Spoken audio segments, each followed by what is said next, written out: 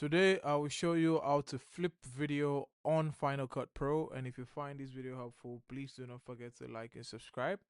Now the first thing I'd like you to do is to load the project that you want to flip the video for, and for the purpose of this tutorial we have this clips here, and what we're going to do is we're going to flip this clip here. We're going to flip the video for it. So the first thing we're going to do is we're going to move the cursor and ensure that it's on the clip that we want to flip. Once we do that, we're going to go to this dialog box here. We're going to click on the arrow and click on transform. Now, once we click on transform, it's going to show us points on our video, which we're going to move. You realize when I move this like this and I move this way, you're going to see that the video moves and it transforms. So what you're going to do is if you want to flip it vertically, you want to rotate it vertically, you're going to drag one of the points, whether at the top or at the bottom. You're going to drag it, and once you drag it, you realize it keeps reducing.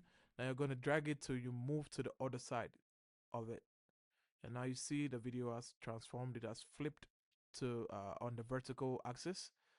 Now you can do same for the horizontal axis also. You can move it like this and it flips to the other side.